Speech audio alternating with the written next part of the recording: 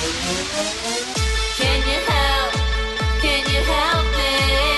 Can you help? Self-Helpless! Can you help? Can you help me? Can you help? Self-Helpless! Can you help? Can you help me? Can you help? Self-Helpless! What's up, everybody? Welcome to another episode of the Self-Helpless podcast. I'm Delanie Fisher. And I'm Kelsey Cook. And today we are talking about homeschooling. If you have listened to the show before, if you've tuned in, you know that I was homeschooled for most of my high school experience. And because homeschooling is now really prevalent and in many ways might become more of the norm going forward, we felt like discussing this topic might be beneficial for anybody who's navigating this newfound homeschool experience, whether you're a parent or a kid or a teen or whatever it might be. Right. So to kick it off, we do have a quotable of the show. This was submitted by Helpster Lauren, and the quote is, "The cure for burnout is not self-care. It is all of us caring for each other." Oh, wow. That is a sweet one.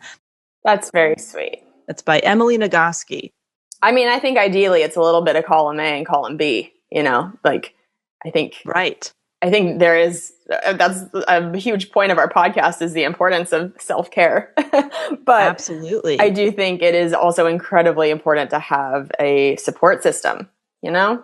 Oh, absolutely. And it's interesting because sometimes your self-care is interacting with somebody else. Like, for example, if I'm like, I need some self-care today, I'm going to get a massage. That is somebody else caring for me by doing their work, right? So it's like interesting how we all do need each other. It takes a whole team of people to make sure we are well. Yeah, we were talking about it this past year, especially in quarantine, that of course we all need time to ourselves. And particularly if you live alone, it can be nice to feel connected with yourself. But if you are not able to go have human interaction, it can feel like a plant that is just getting overwatered and the water is alone time. And it's like at a certain point, it's like you need a little sun or else that plant's going to die. And I think a lot of people felt pretty watered down with too much alone time in the past year. Absolutely. Yeah. This pandemic has made, I think, a lot of people realize, especially me, how much we need other people, you know? Yeah. Even if it's just one really solid interaction with a best friend or family member in the day, it can just balance everything out a little bit. Absolutely. Yes, break up that time. Yeah. And like you mentioned, Del, we had a lot of guests on the past year who were either homeschooling their children or like talking about, you know, Michael Bublé was talking about. Oh my gosh, yes. Everybody was having their kids running around, and you make such a good point that now that might continue to be what happens. It's like how a lot of people that used to work office jobs are now permanently just working remotely and from home and are never going to go back to an actual office. And I'm sure there's a lot of parents out there that are like, I can't get my fucking kids out of the house fast enough. Like these schools better open their doors because I cannot keep doing this.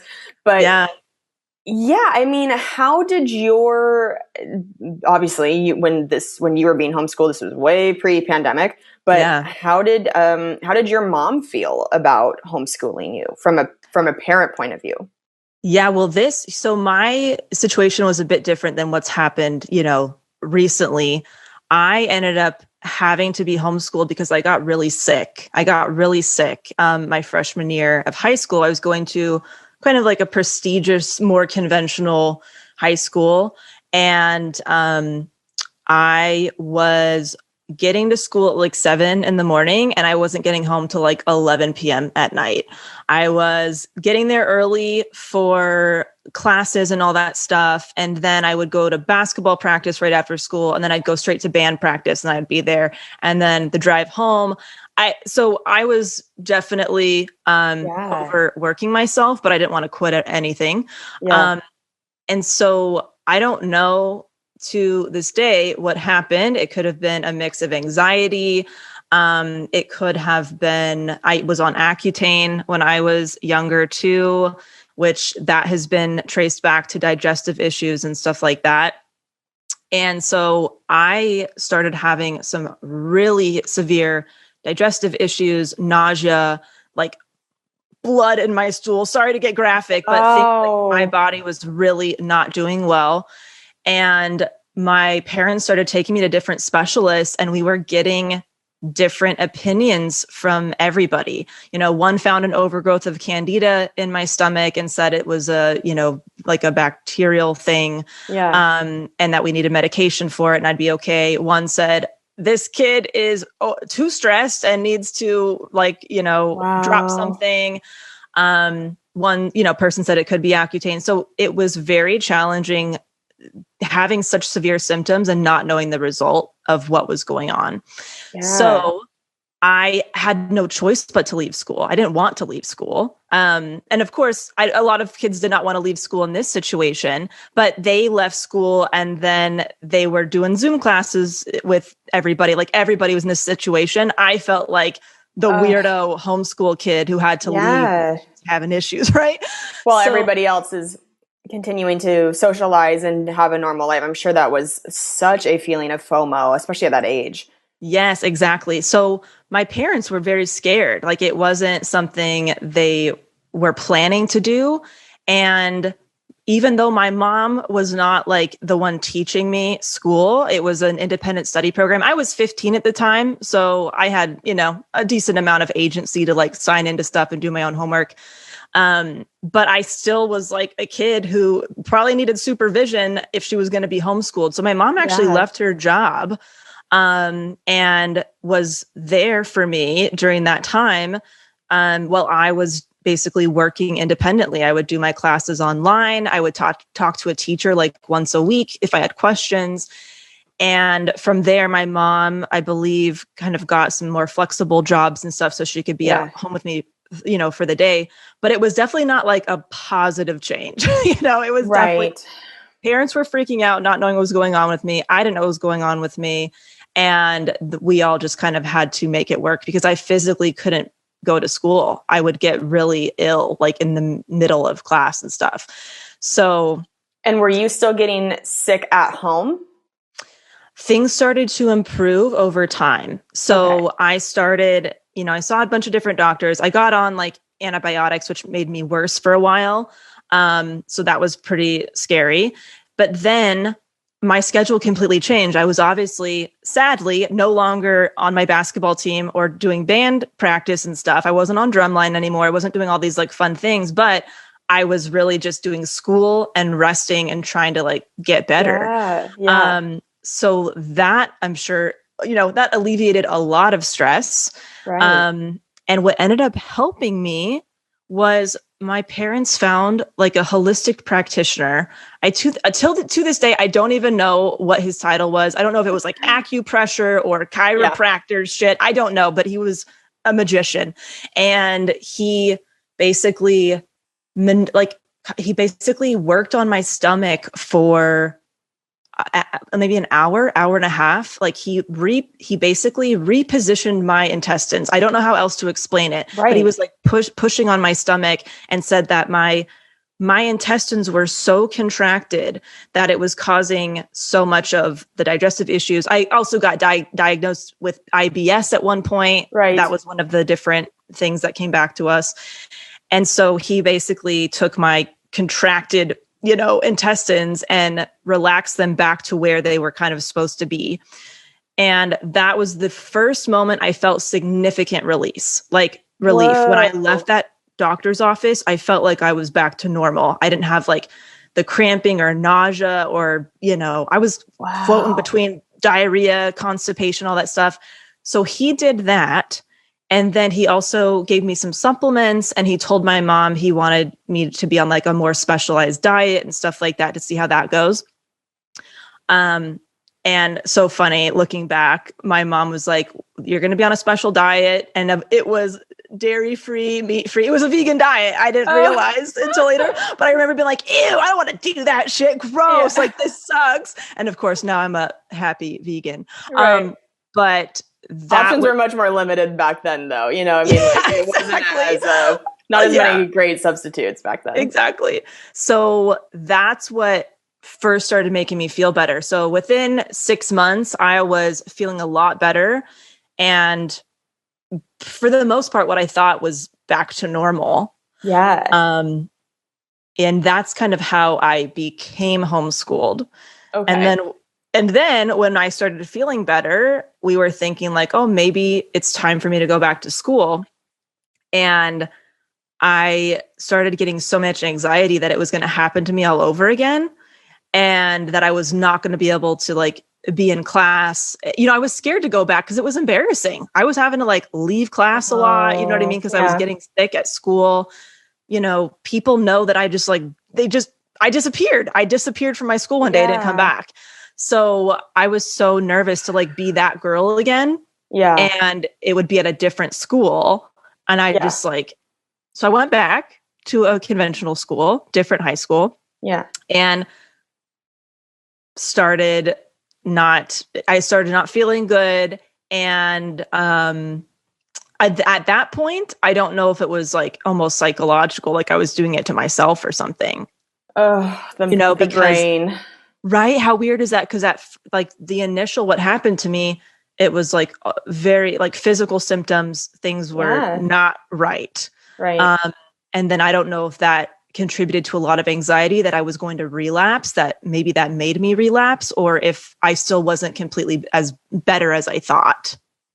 Wow. So yeah, had to leave school again. Luckily, I was only at that place for like a month. And I just said, listen, obviously the homeschool thing works for me. Yeah. Can I just do this? You know, like I was able to keep up with my grades and I did it for the rest of high school. I did it for sophomore, junior, and senior year of high school. I did independent study for the rest of the time. Oh my God. I know we've touched on it a little bit before on the podcast about you being homeschooled, but like, man, to really get into just putting myself in your position and feeling what that that's just so much. Yeah.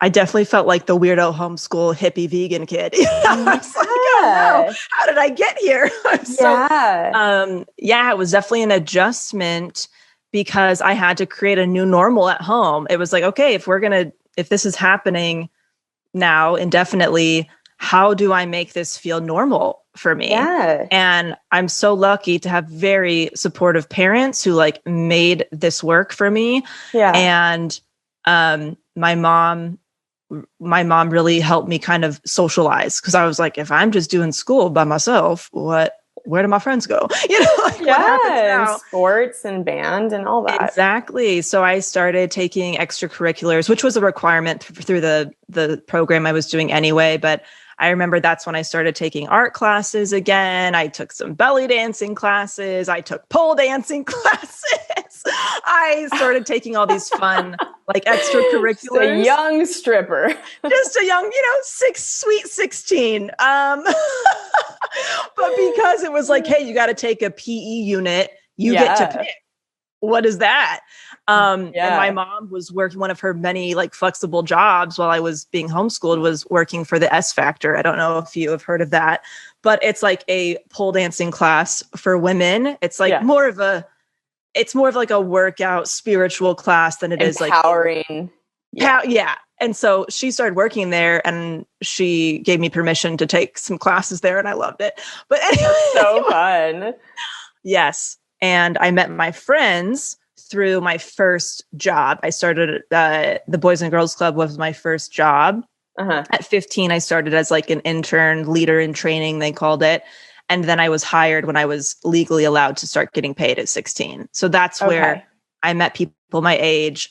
I started, I still was able to go to like the proms and the winter formals and the parties because luckily people worked there were around my age, which was all very intentionally done by my parents to give me like a social life. Yeah. How did you get a date for dances if you weren't at school? Did you just like show up like one day, pop your head in math, like, hey, Justin, prom?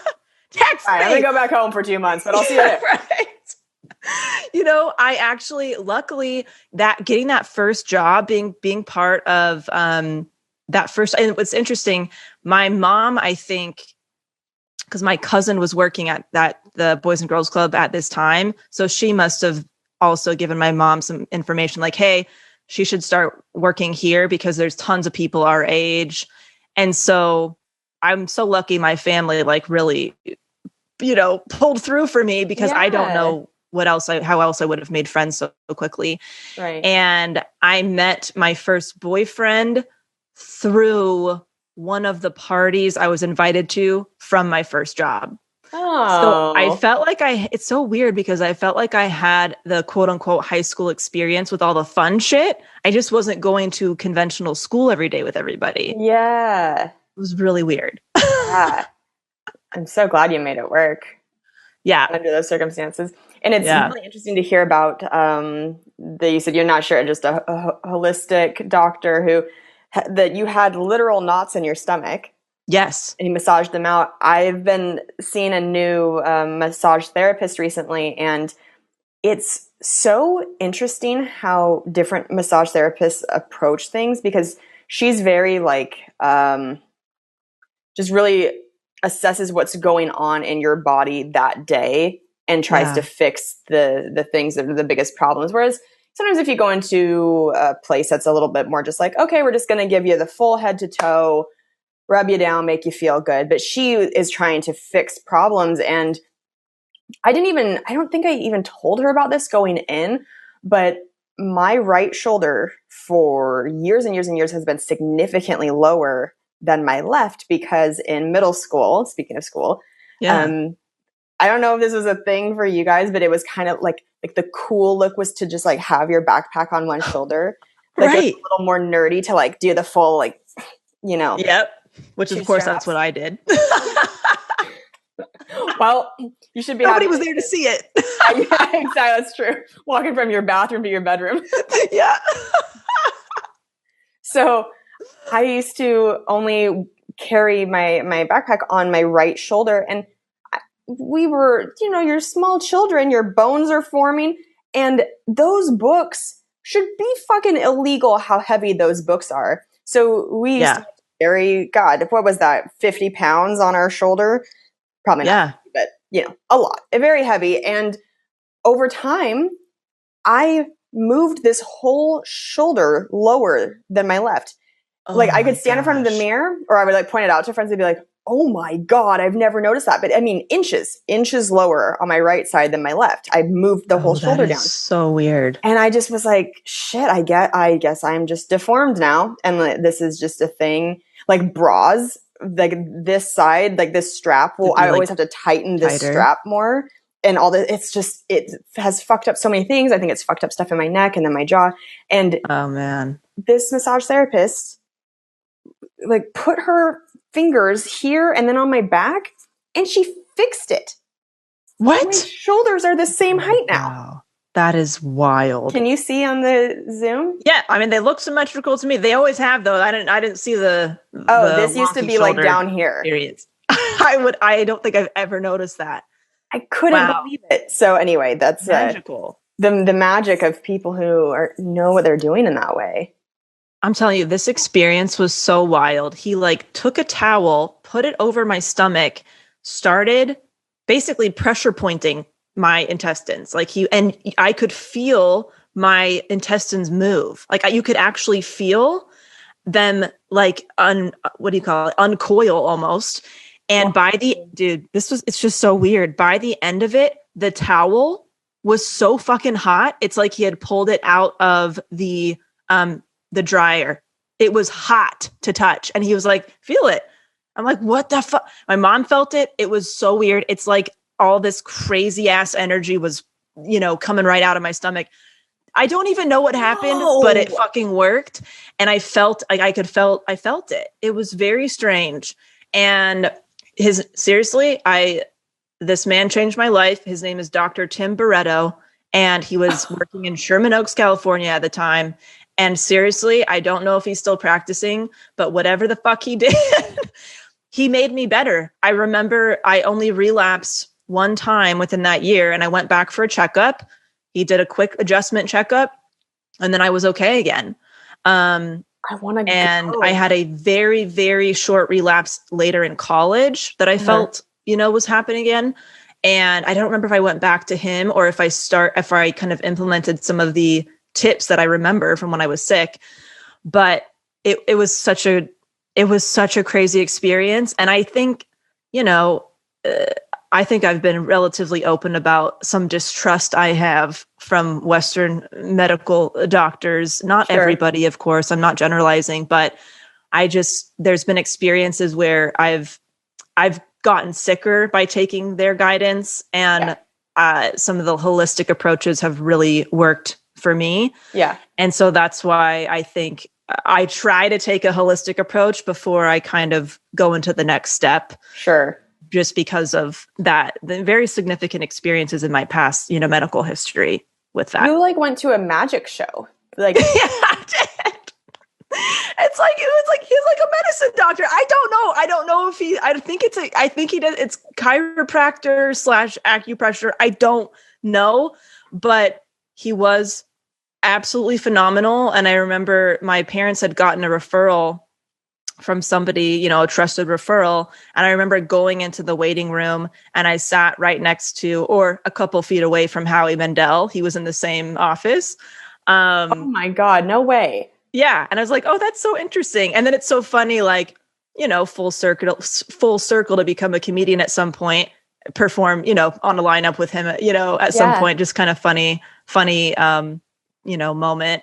But yeah, that's like the health history behind it. And then, finding the new normal was basically, how do I provide structure for myself? Yeah. And luckily, my parents were not going to be letting me do homework for all hours of the night and stuff. So it felt relatively normal as far as I would do it. I'd wake up, I'd do it during the day. Yeah. And I had this job I would go to in the afternoon. So that was kind of like my external accountability, like get your homework done. And then there's like work and social time in the afternoon. And then I was taking like really fun extracurriculars and stuff like that. But yeah, had to like basically take care of all my own shit at a very young age. Wow. So you had to, and I'm sure your parents helped with maintaining some structure as well, but like you essentially could, if you had wanted to, just to like wake up at whatever time you want. Like there's not an overseen principle that's going to expel you if you aren't getting to your desk 2 feet away from your bed in time. Exactly. Yes, exactly. And I think that's when I really started thinking about things a little bit different. It planted the seed of having some kind of alternative path or lifestyle, because I was watching my friends go to school for 6 hours, 8 hours if they were involved in something. And then I was doing my homework in maybe 2 to 3 hours going to do my thing. And so I really they're doing 6 hours worth of school. I'm doing 2 hours maybe ish. And we're learning the same stuff at the same rate. And I thought that was like an interesting way to look at time, And I was able to graduate like 3 months early from high school because I just went at my own pace, and my own pace was just, I'm getting my shit done. It was one-on-one with my teacher, and I would just do it. And I didn't really have homework outside of class. Class was my homework. Right. So it was a really weird experience. It ended up being so positive. It started off devastating, but it became very positive as I figured out what was working for me. Right. Mm-hmm. No wonder you have a podcast about efficiency. I know, exactly. It really stuck with me as I got older and I started taking on jobs, more like conventional jobs, corporate world, all that stuff. Right. And I would see the way things were being done. And I'm like, this can be so much different. Yeah. We could do this so much differently, more efficient, less time. And I think that made it really hard for me to be in conventional settings, because I saw the result of taking alternative path. And what was scary in the beginning is I didn't know what was going to happen after high school. I didn't Right. know if I'd get accepted to college. I didn't Right. know what I would do for work. I didn't know basically how credible my experience would be Yeah. in a conventional world. You know what I mean? And so there was a lot of uncertainty. And towards the end of school, when you're starting to apply to colleges, if that's a path that you select for yourself, I just remember applying to like 25 places, most in California, because You I'm applied like, to I don't know. 25 colleges? Yeah. Yeah. Oh my I applied God. everywhere. You know why? Because I didn't know if I would get in, because I felt like the weird homeschool kid. Oh my And God. I think the program also, like, I think they had just gotten accredited. There was just some uncertainty where, like, we don't know what the fuck is up with this. Right. And my two schools that I was always kind of interested in were UC Santa Barbara and UC Berkeley. I wanted to stay in California. And I remember thinking, okay, like, it's okay if I don't get in, I'll just do something else. And I got into both of those schools, and I got a scholarship to one of them. And that's when I was like, oh, there's more than one path to get to where you want to be. Maybe I would have gotten into those schools, if I had taken the conventional path, and maybe this way too. But either way, the result felt similar. Right. So that was an unexpected surprise. Yeah. Yeah. Oh my God, that's amazing. We talked in a recent episode about the idea that you don't have to do it perfectly to succeed and to get what you're going for. I just can't believe 25 schools. Oh my God, so many, at least 20. And then because I was applying to all the Cal States, all the UCs, some out-of-state schools, and some places in between. But my parents were like, this is a lot, but I was like, I was willing to spend the money on all that, or, I wanted to spend the money on all the application fees, because I just didn't know. I didn't know. And I felt like I wasn't good enough to get in, because I didn't have like these things that other kids had. They had like AP classes, and they were on freaking ASB presidential boards and shit, like I didn't have any of that. I was like, my classmate is my chihuahua, so I don't know what kind of credentials are needed. And I really kind of went overboard with that. Your application on a napkin. People are like, what? Who is this? Yeah, dude. I already felt like the odd kid, in a lot of ways. And so I think I put a lot of pressure on myself. Like, well, if I get into college, I'll be kind of more quote unquote normal again, if a lot of my friends are doing that. And of course, I think very differently about a lot of this stuff now, the education systems and stuff. But that's how I was feeling as a 17-year-old is, if I can get into school, I'll be normal again. And this will be a thing of the past kind of thing. And did you have to like write a letter or like a paper for submissions and stuff? Do you remember that process? Well, yeah, that's why I'm shocked that you applied to 25. I applied to 4, and I remember the essay process just being so draining and exhausting. Like, it made you feel like you had to really want to get into wherever you were applying to, so that it felt worth it to take the time to do all that. Yep. I think I remember like being able to write my paper, and it made sense for all the applications though. So I think it was like I did like one piece. The rest was just really annoying paperwork that my parents had to help me tediously fill out. Oh my God. Yeah. But my paper was about being homeschooled. I'm like, what the fuck do I write about that? Like, other kids are probably writing about how they were captain of their basketball team, or they were struggling with X, Y, and Z and going to school. And so I just wrote about how devastating it was to have to leave my friends in a conventional setting and pave a different path for myself. Yeah. And that's a good way to play the sympathy card. Like, if you fucks don't let me into your school, you are bad people. You better let me. Shit. You better let me and my diarrhea in here, okay? Yeah, listen. Yeah, I freaking milked it. I was vulnerable, and it worked. It worked. So if you're ever considering whether to overshare in your essay, I say go for it. Yeah. Oh man.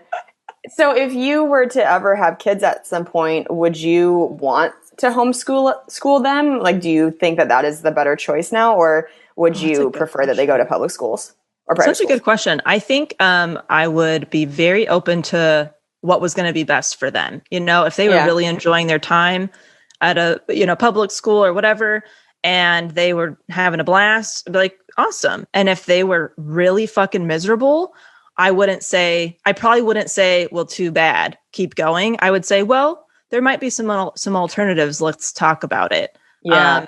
And that would just be if my kid was maybe really struggling or something. Yeah.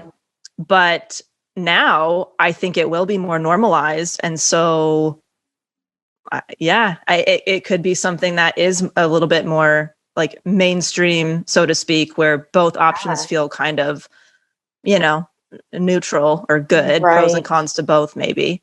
Do you have any advice for parents that are currently homeschooling their kids that it really wasn't their choice? It was kind of thrust upon them, and I mean, I guess it wasn't a choice for your mom really either. But any advice for them during a hard time? Oh man, I can't speak from like my parents' perspective, Right. but like, thank you for everything that you're doing for your kids, because like they're going to remember that shit someday, Yeah. and like you are pivoting shit in your life and stuff. But I would say for me, getting involved in stuff outside of school was pivotal. And of course, with the pandemic, that makes it very challenging because things were not open for you to do so. So it was like, do a Zoom tap class or something after Zoom school. But any kind of socialization or any kind of normalcy that you can create was awesome. Like, I don't think it would have been as pleasant of an experience or the same experience if like that did not happen. And my parents didn't prioritize that for me. Thank God they did. Yeah. Oh yeah. I think that can be a slippery slope into kind of being a hermit really quickly if you don't have other socializations going on. Yeah. And obviously I was grateful that if they had the means to do it, or they figured out the means to do it. I don't know the situation. I'd actually have to ask them as an adult, like, how did you end up like affording all of that? Yeah. And making that work. And so I recognize I was very, very, very lucky. Yeah. To have those resources, and whatever they made happened. Yeah. Is there anything else that you want to share about your experience with it?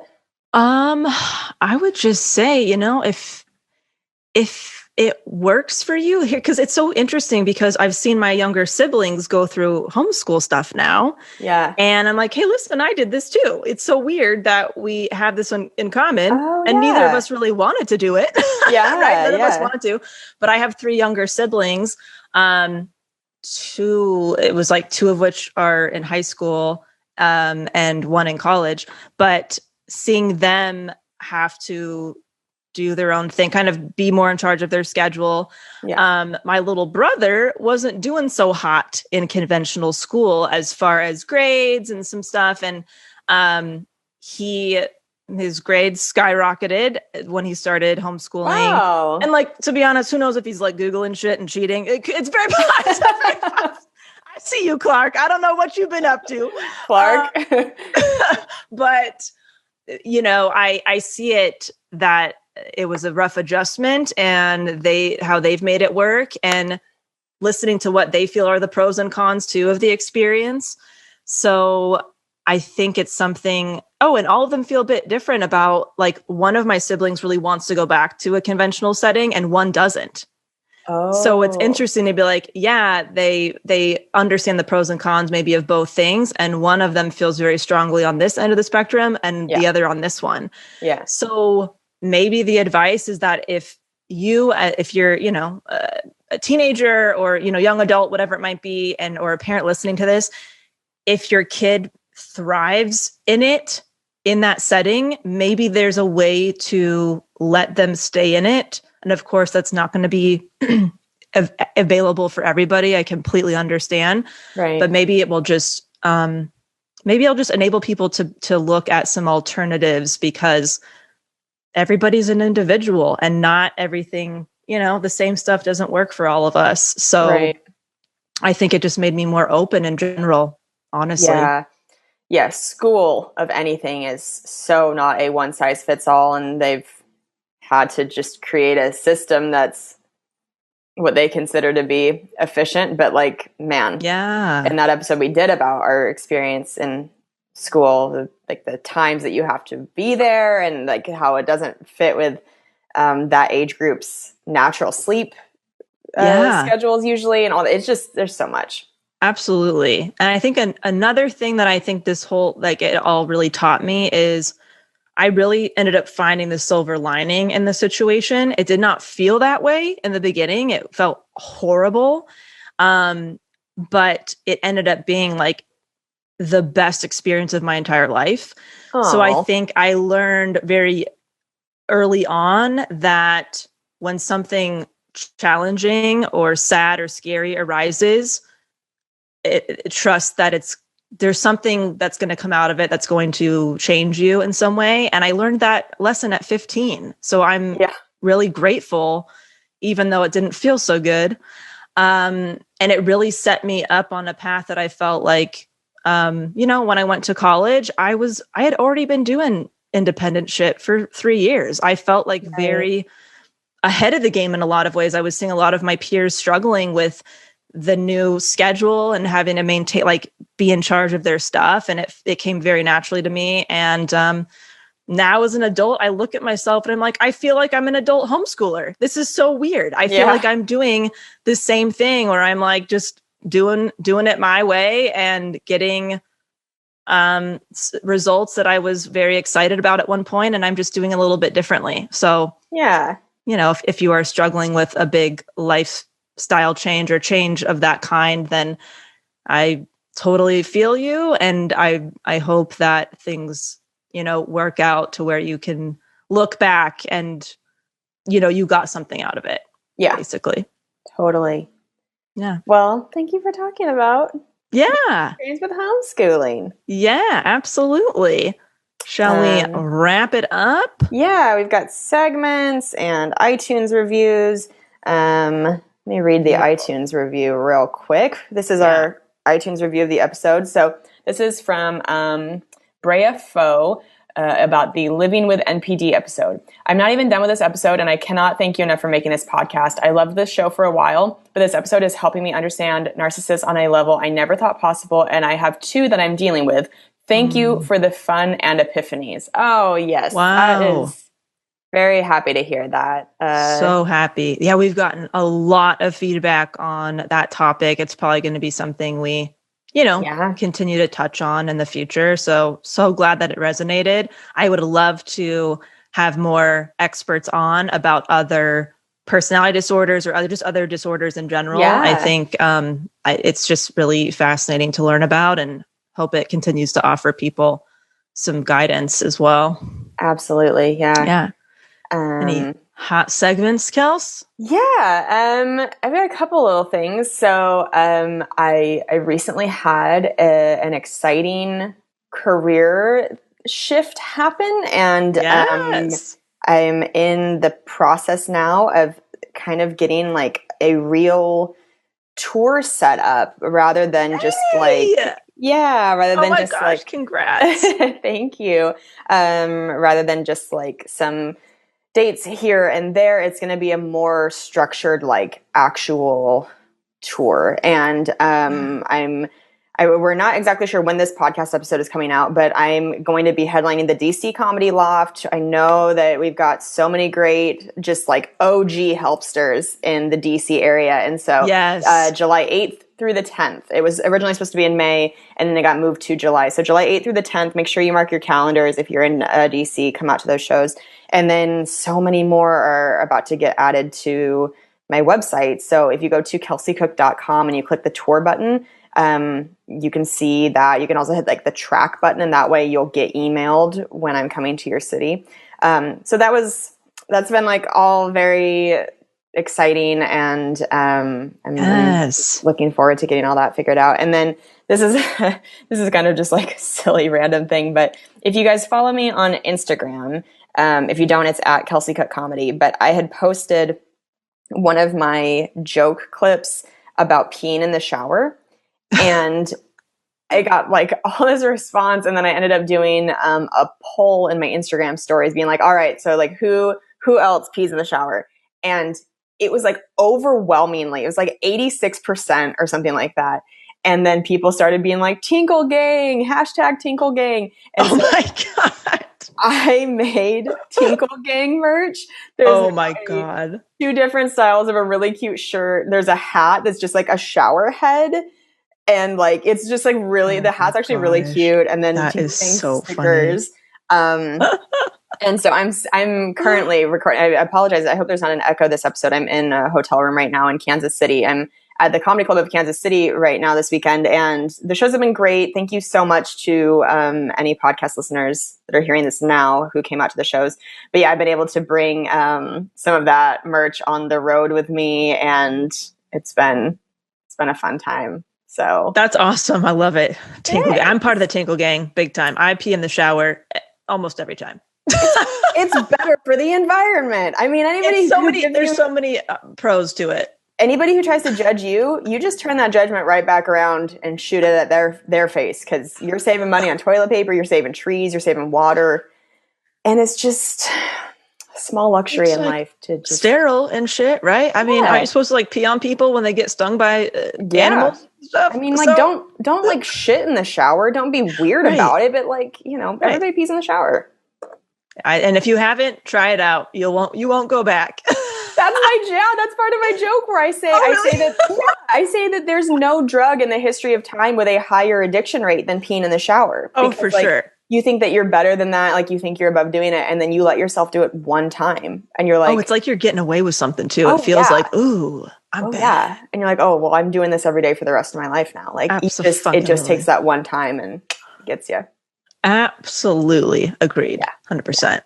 How about you, Del? Yeah, I have a big good shit, I guess, because we haven't really recorded in a while, but I got married. I have a husband.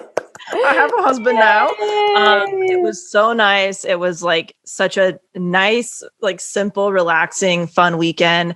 Everything just was easy and ran smoothly. And I was like just barefoot in nature on my wedding day. It was really nice. And love that.